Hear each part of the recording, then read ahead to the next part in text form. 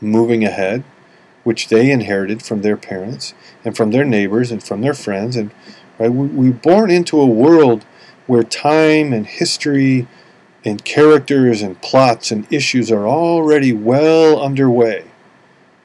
Think of a soap opera, and a new character pops up in a soap opera. They're already in a world full of all kinds of issues. Well, I don't see how we're any different from that. We're living in the plot of history and the plots of our families and those around us. So we enter into their stories, highly dramatic stories at times, for good or bad. So to me, this is why we relate to fictional stories so much, because they are a mirror of how we're living. There's a plot to every story, and we're in the middle of our plot now. Secondly, stories are fun. They're entertaining, and they're interesting. Who could argue with that? Third, stories and narrative ethics is rich and nuanced. That means all of the mess that the analytic approach tries to ignore and get past, narrative ethics embraces. So a good novel might not have much of a plot, might not be a lot of action, but it can go for 500 pages describing in beautiful, beautiful detail the inner psychological questions and struggles of the characters, in great psychological detail, the relationships between various characters, the issues that arise. Stories are, as I suggested earlier, laboratories, but they're laboratories of the rich complexity of human life. And great movies are that way as well. They are not scared of emotions. Emotions are the substance of stories, and they're not oversimplified in anything that can get too rich and detailed.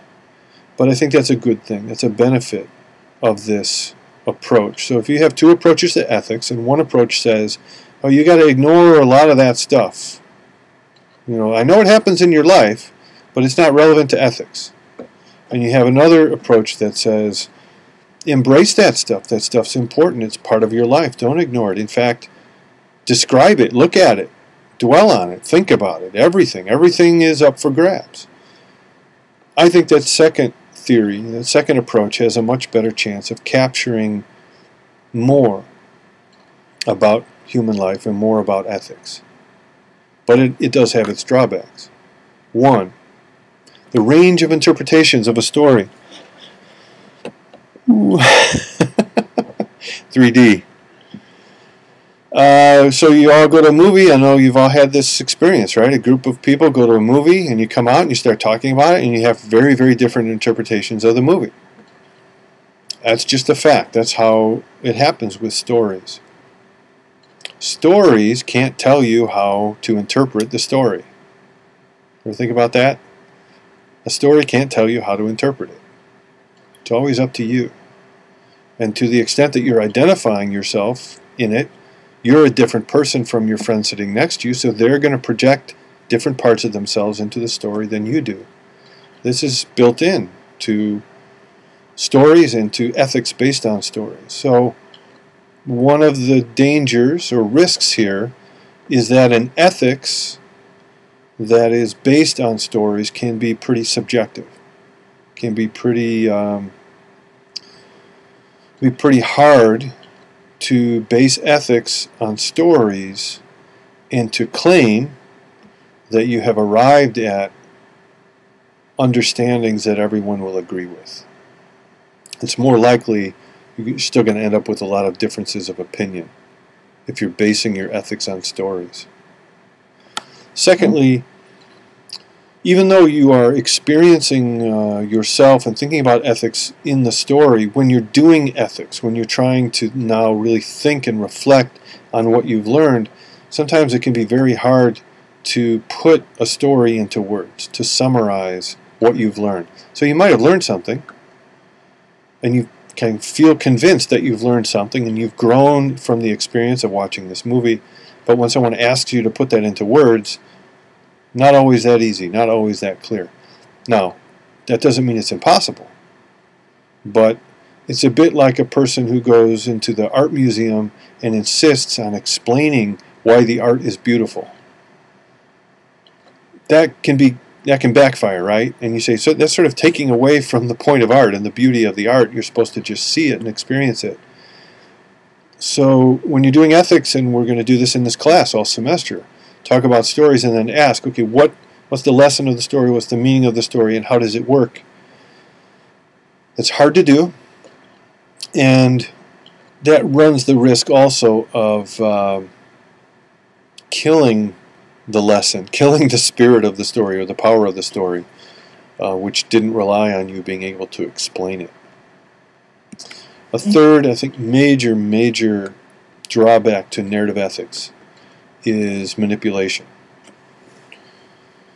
Stories don't write themselves. They don't interpret themselves, and they don't write themselves. Someone wrote the story. Someone chose to tell the story. Why? Why that way? You've all experienced this as well. You have 10 people sitting in a room and something happens, and then you ask them all individually what happened, and they'll all tell the same story in a different way.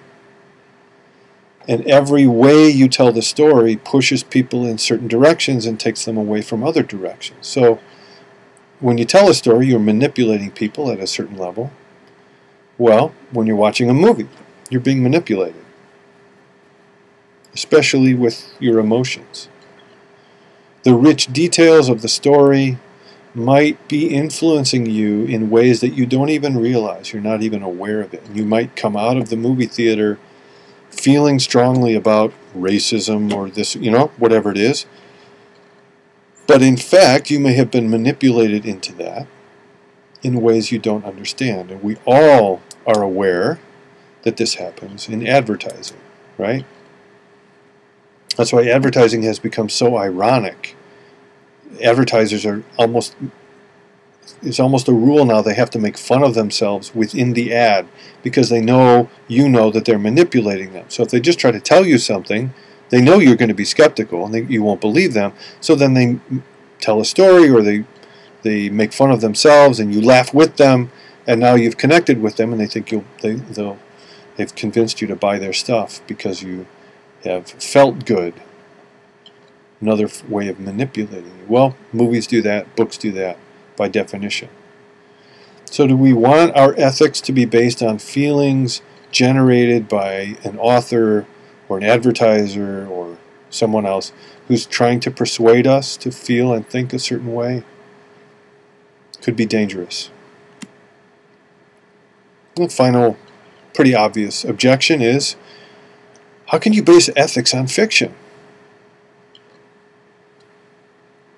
Now, some stories are true, but most of the stories we're going to look at in this class, and most of the stories human beings tell, are not true. They're kind of, versions of something or other, and a lot of them are just pure fiction. Are we really going to base ethics on pure fiction? Or half fiction? Are we going to base ethics on our imaginations? Imaginations can take us anywhere. Are these resources, fiction and imagination, are these trustworthy resources we can rely on to understand and make sense of ethics and to make decisions in the world? My answer to that with the author here is, well, yes, they're reliable, but just like any tool or any resource, you have to be aware of what it can do for you and what it can't do for you. Don't try to hammer in a nail with a shovel. Shovels weren't made for that, and they can't do that very well. Don't try to find universal ethical principles everyone will agree with through stories. I don't know how stories could do that. On the other hand, don't try to find a rich, practical, useful guide to your life in all of its mess by relying on a few basic abstract general rules. The analytic method isn't going to talk about your life. It doesn't care about your specific life. It only cares about the general rules of morality. So it's the hammer, and story is the shovel, and you need to learn, and we need to work in this class to think about what can the hammer do, what can the shovel do, and how can I recognize when the problem I have is a hole that needs to be dug or a nail that needs to be hammered. Again, the world doesn't come with labels like that, does it? We don't walk around and there's a little bubble floating over a situation that says, this is a situation that requires analysis. And another bubble over there that says, this is a situation that requires narrative. We have to figure that out. We have to learn to recognize what we're dealing with. And both of these methods, the analytic and the narrative, are fantastic resources, fantastic tools for helping us make sense of the situations we face, and they give us tools for thinking about ethics in those situations. So I would say, in conclusion, you need to grasp how each of these styles works and use each of them to get what they can give you. Another analogy is that these are like two different games, or let's say two different dance classes. My daughter's just about to start a dance class. We can have a dance class that is about exercise, or you can have a dance class that's about expression, art. Each of those has a purpose, and each of those, the purpose of the two classes defines and determines how you're going to approach the class. If you're in a dance exercise class, you're not going to be concerned about technique, you're not going to be concerned about expression. You're going to move in a certain way that achieves that purpose.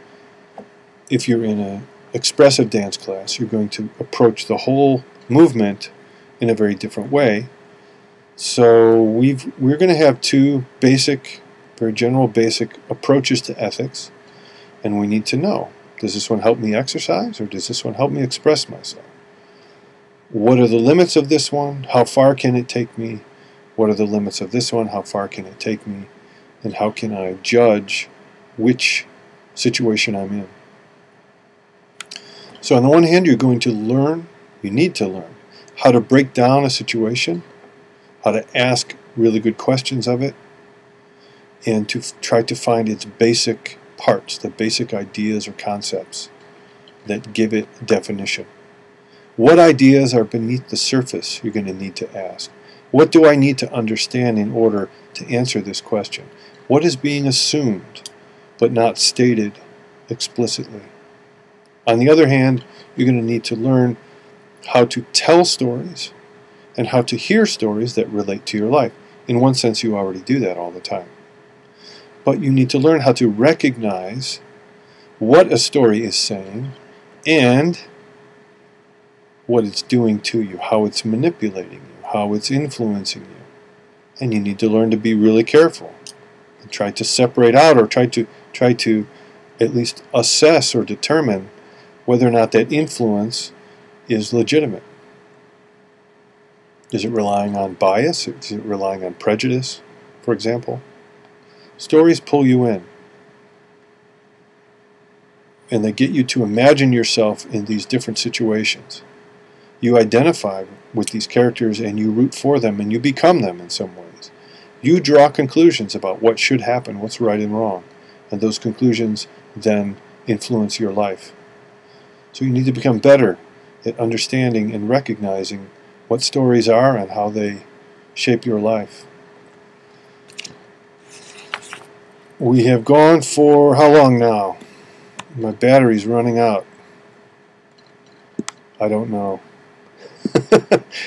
So I'll check, and if I think it would be helpful, I may record a few minutes more taking you through some of the points of the text. But for now, thank you. I hope you got something out of this. Oh, 52 minutes. Well, that's long enough.